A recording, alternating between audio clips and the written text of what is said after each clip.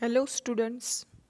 In this video lecture, you will learn about the Maslow's hierarchy need theory, which is the part of your unit number 2.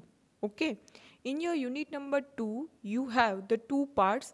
In the first part, you have the two theories. First one is a Maslow's hierarchy need theory, and second theory is theory X and theory Y. Okay. So in this video lecture, you will learn about the Maslow's hierarchy need theory. This theory is very important of the point of view of your examination. So you will prepare about it. Okay. So Maslow's hierarchy need theory. This theory is asked by GTU examination. I think 3 to 7 times. So it is a very important for your examination point of view. Okay, so let's start it. First of all, Maslow's hierarchy need theory means what? Maslow's hierarchy need જે theory છે એ totally પ્રોત્સાહન એટલે કે motivation ઉપર depend છે. કોઈ પણ વ્યક્તિ કે જે ઉદ્યોગમાં કે ઓર્ગેનાઇઝેશનમાં કામ કરે છે તો એ વ્યક્તિને એક પ્રોત્સાહનની જરૂર પડે. આપણને ખબર છે કે પ્રોત્સાહન છે એ કેટલા ટાઈપના હોય છે. Motivation, there are the two types of main motivations. First one is a financial motivation and second one is a non-financial motivation. So પેલા છે નાણાકીય પ્રોત્સાહન અને બિન નાણાકીય પ્રોત્સાહન. So according to Maslow's hierarchy need theory, so there are the main basic needs. Maslow છે એમણે ટોટલ 5 નીડ આપી છે, જરૂરિયાત. બરાબર. આ જે થિયરી છે એ ખૂબ જ ઇમ્પોર્ટન્ટ છે તમારા એક્ઝામ માટે. તો તમારે છે આને વ્યવસ્થિત છે પ્રિપેર કરવાની છે. કોઈ પણ ક્વેશ્ચન છે વિડીયો જોયા પછી કોઈ પણ તમને ક્વેશ્ચન હોય તો તમે છે એ ડાયરેક્ટલી મને કોન્ટેક્ટ કરી શકો છો. બરાબર. સો શરૂ કરીએ. સૌથી પહેલાં તમે જોઈ શકો છો, first of all there are the meaning of motivation. Meaning છે એ તમને આપ્યો છે. Motivation means what? Motivation can be defined as the stimulating, the inspiring and the inducting to employees to perform to their best capacity. Motivation એટલે શું કહેવાય ગુજરાતીમાં? પ્રોત્સાહન. કોઈ પણ એમ્પ્લોય છે એ પોતાની 100% કેપેસિટીથી કામ કરે એના માટે જે તમે તૈયાર કરો છો, જે એમને કોઈ પ્રોત્સાહન આપો છો, જે એમને ઇન્સ્પાયર કરવા માટે જે તમે એમને કોઈ પણ નાણાકીય કે બિન નાણાકીય જે પણ પ્રોત્સાહન આપો છો એ છે motivation. Motivation is a psychological term which means it can not be a force on employee. કે આમાં કોઈ જે પણ જાતનો ફોર્સ કરવામાં આવતો નથી એમ્પ્લોયને. Is a one type of psychological term, એટલે કે માનસિક રીતે એ પ્રિપેર થાય, વ્યક્તિ છે એ પોતે કામ કરવા માટે ઉત્સાહિત થાય એના માટેની આ પ્રવૃત્તિ છે. Motivation means inspiring, stimulating or encouraging the subordinates with the zeal to work. કે મોટિવેશનનો મિનિંગ શું છે કે તમારે તમારા એમ્પ્લોઈઝને ઇન્સ્પાયર કરવાના છે, એમને સ્ટિમ્યુલેટ કરવાના છે, એન્થુસિયાઝમ રિગાર્ડિંગ ધ વર્ક. એમને વર્ક કરવા માટે તમારા જે એમ્પ્લોઈઝ છે, zeal means what? There are the enthusiasm, ઉત્સાહ છે એમને પૂરો પાડવાનો છે કે વધારે સારી રીતે કામ કરી શકે. Positive, negative, monetary, non monetary incentives may be use for this purpose. પ્રોત્સાહન આપવા માટે પોઝિટિવ પણ પ્રોત્સાહન આપી શકાય છે, નેગેટિવ પ્રોત્સાહન, પછી નાણાકીય, બિન નાણાકીય અને અલગ અલગ પ્રકારના જે પ્રોત્સાહન છે એ આ પર્પઝ માટે, એટલે કે સારું વર્ક થાય એમ્પ્લોય દ્વારા એના માટે છે એ મોટિવેશન છે એ પ્રોવાઈડ કરવામાં આવે છે. દેન આફ્ટર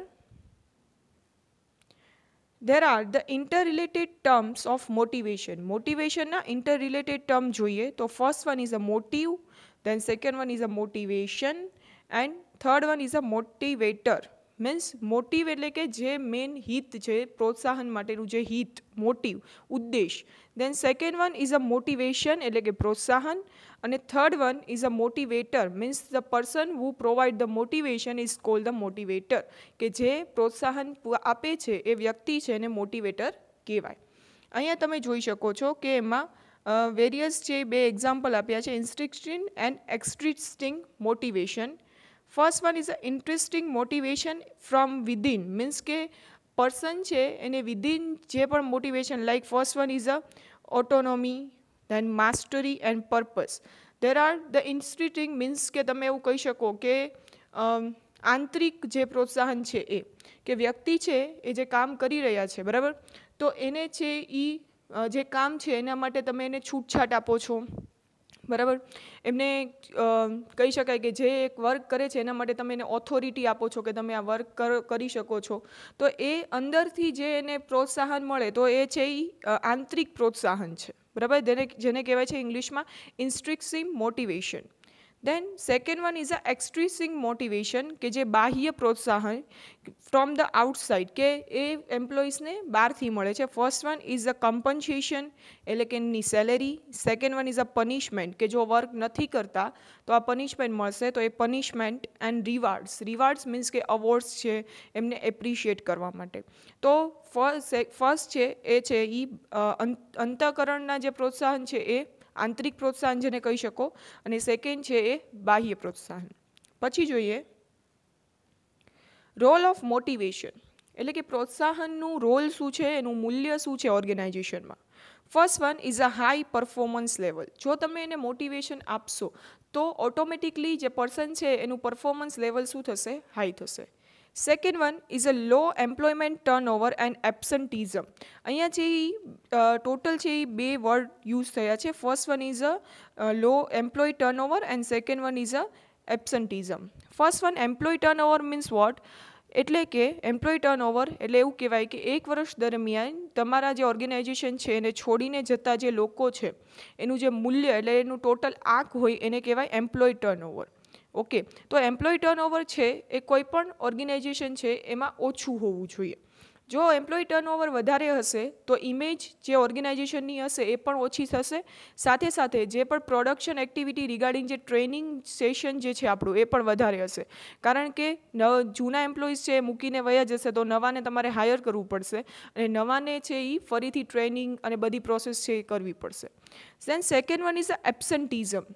એબ્સન્ટિઝમ એટલે કે વ્યક્તિ છે એ વર્ક કરવા માટે છે એ ત્યાં હાજર ન હોય, એને એબ્સન્ટિઝમ કહેવાય, બરાબર.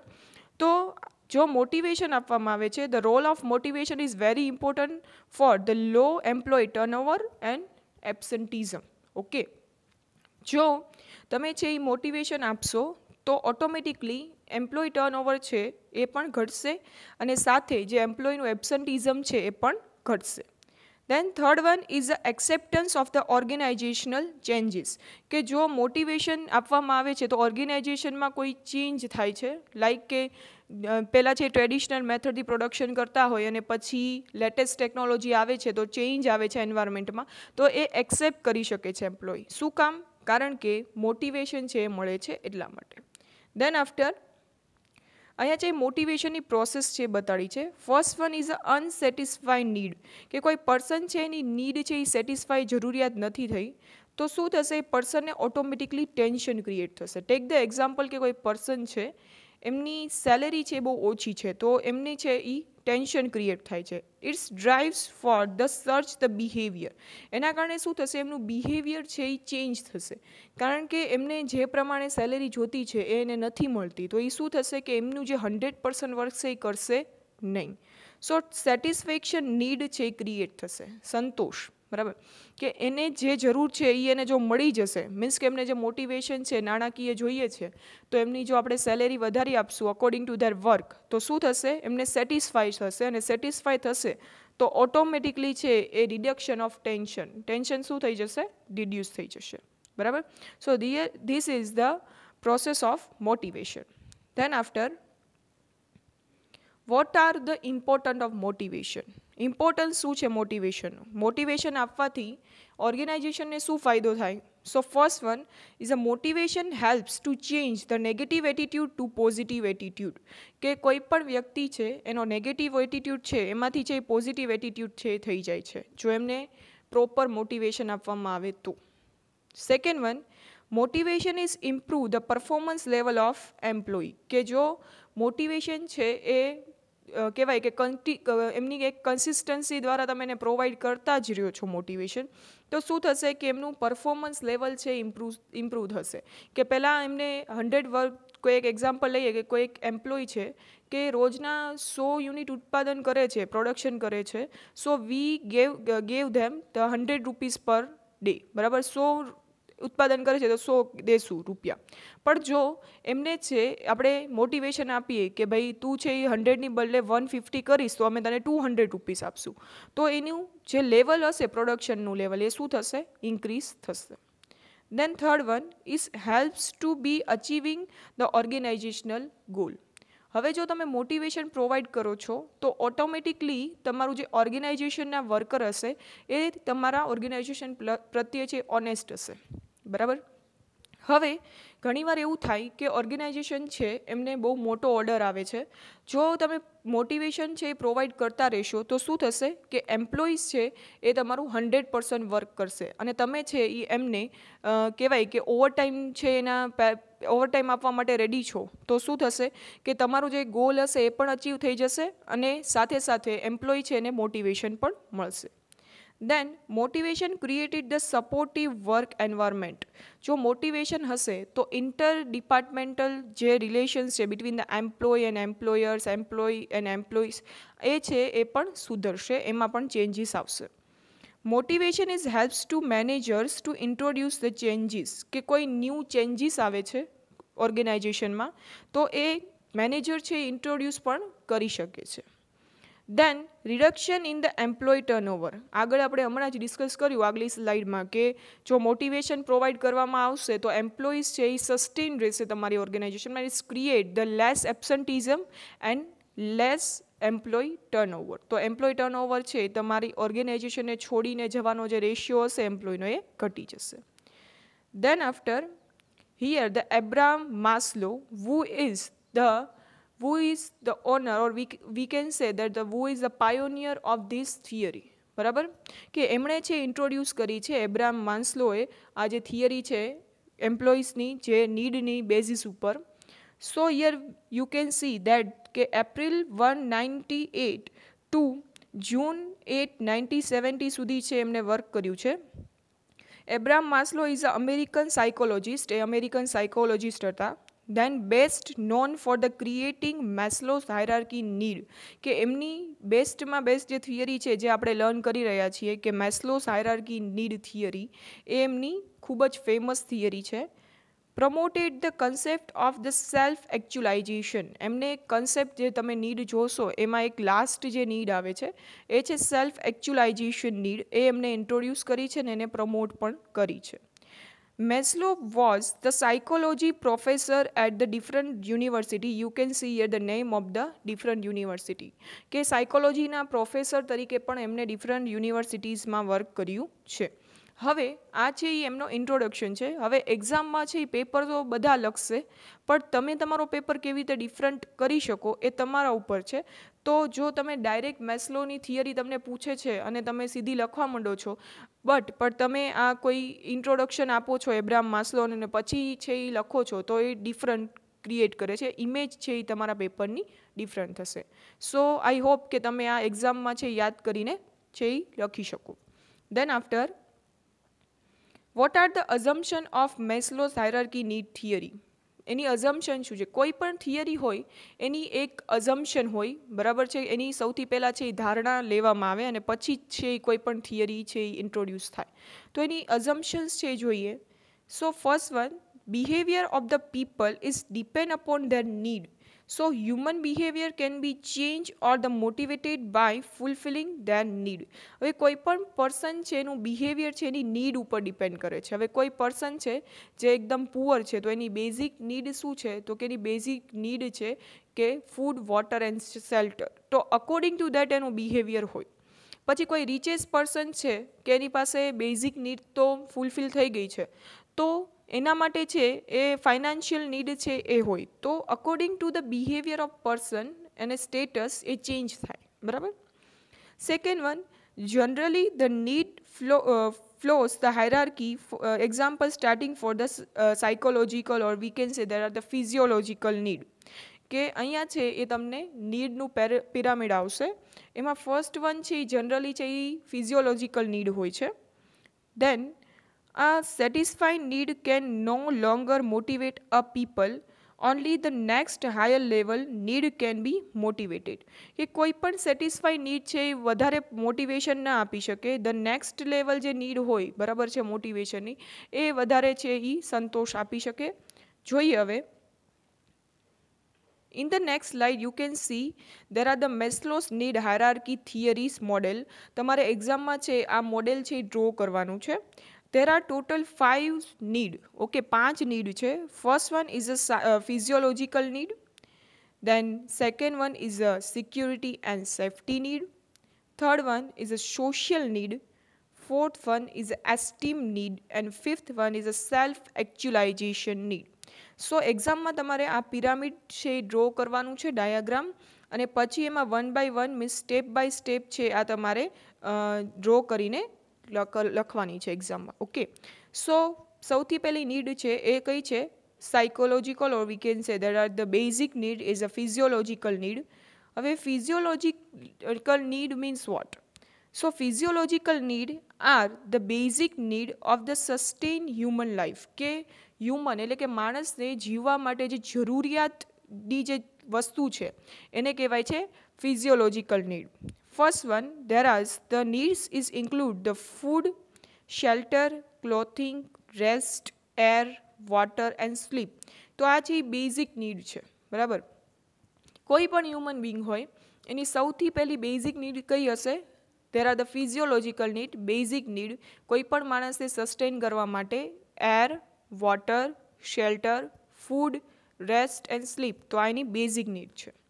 દેન after this basic human needs is also called the biological needs, is lies at the lowest level in the hierarchy need as they have the priority over all the needs. અહીંયા તમે જોઈ શકો છો કે આજે આપણું પિરામિડ છે એમાં એકદમ બેઝ લેવલમાં છે એ ફિઝિયોલોજીકલ નીડ છે.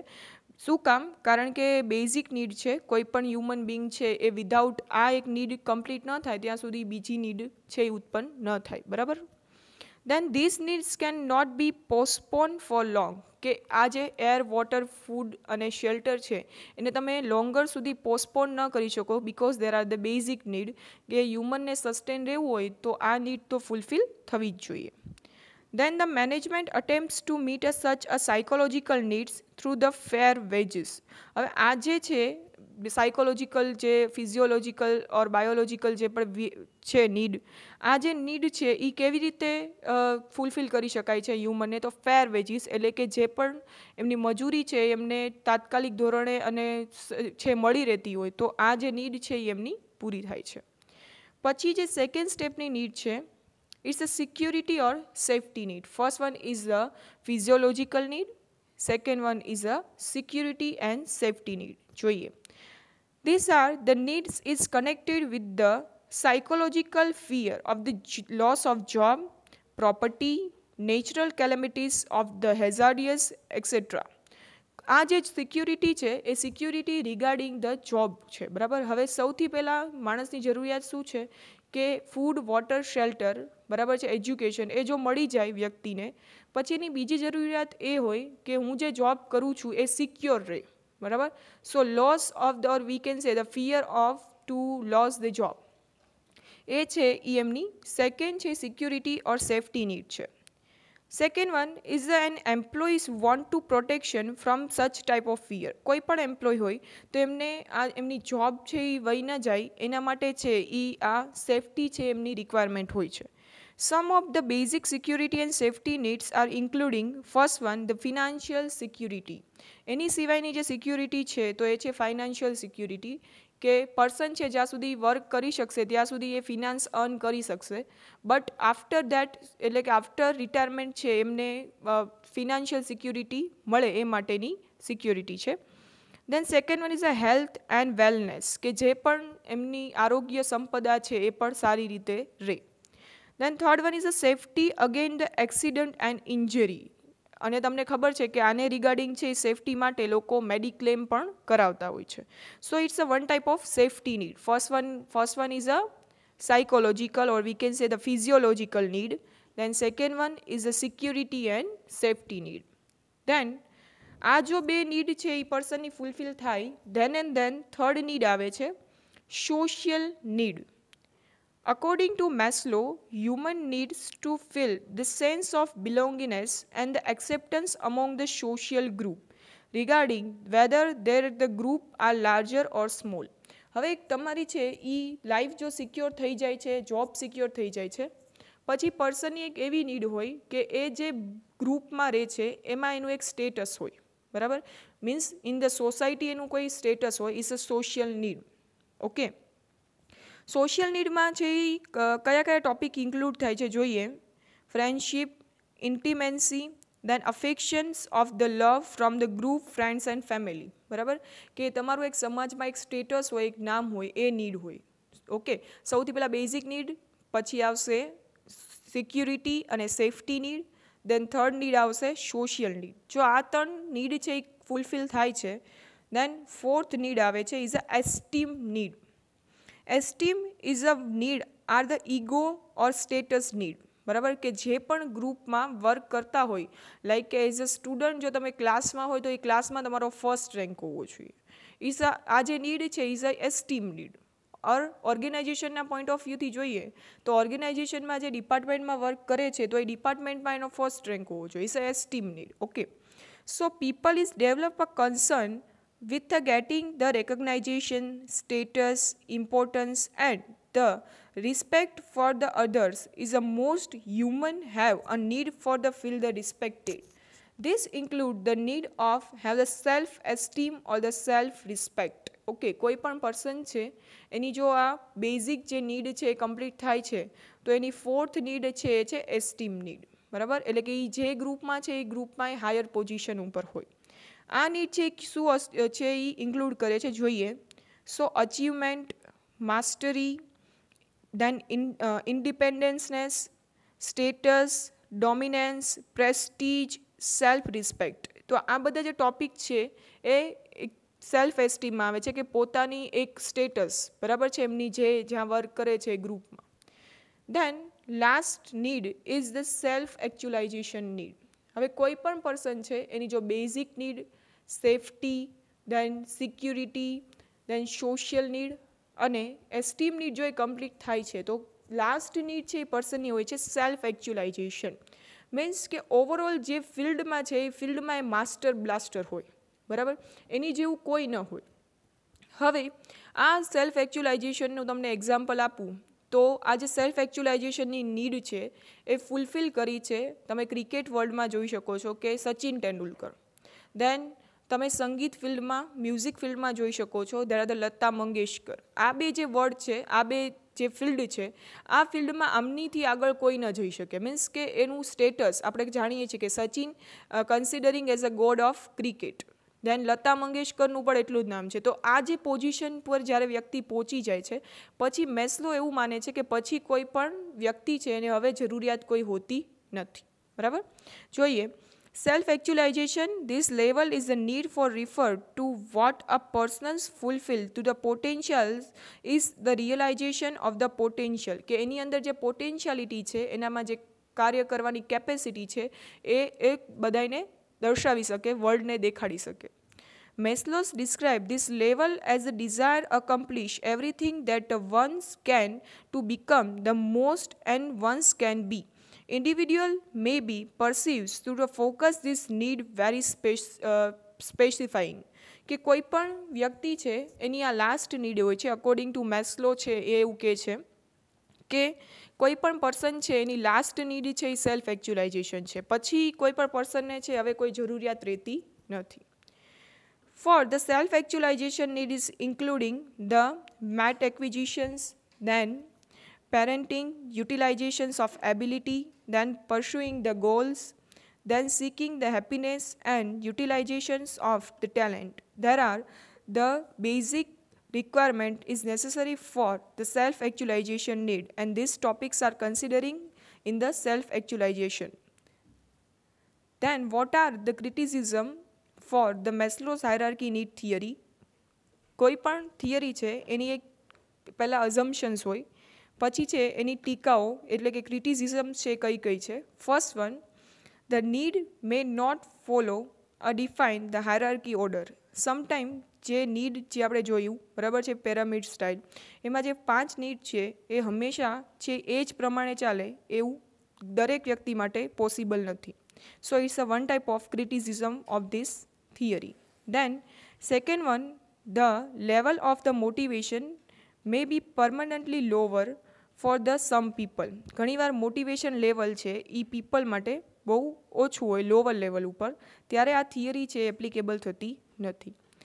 The pattern of the hierarchy of the need may not be applicable uniformly. કે આજે સ્ટેપ બાય સ્ટેપ જે નીડ જોઈ, ફર્સ્ટ વન જે જોઈ કે સાયકોલોજીકલ છે, then security, social need, esteem need, self actualisation need, એ બધા લોકો માટે આ જ પેટર્નમાં એપ્લિકેબલ થાય દેટ્સ નોટ ઇમ્પોર્ટન્ટ. કે ઘણા લોકો છે એ એમની નીડ પ્રમાણે આમાં ચેન્જીસ પણ લાવી શકાય. દેન lack of the direct goes to be affect the relationship between the need and behavior. કે હવે ઘણીવાર જે ડાયરેક્ટ છે કારણ છે એ ઇફેક્ટ કરે છે કે આ મોટિવેશન અને જે મેસ્લોઝ હાયરાર્કી નીડ થિયરી છે એ બંને વચ્ચે ડિફરન્સ છે એ ક્રિએટ કરે છે. Okay, so there are the total explanation about your Maslow's hierarchy need theory. If you have any doubt, then contact me. Thank you.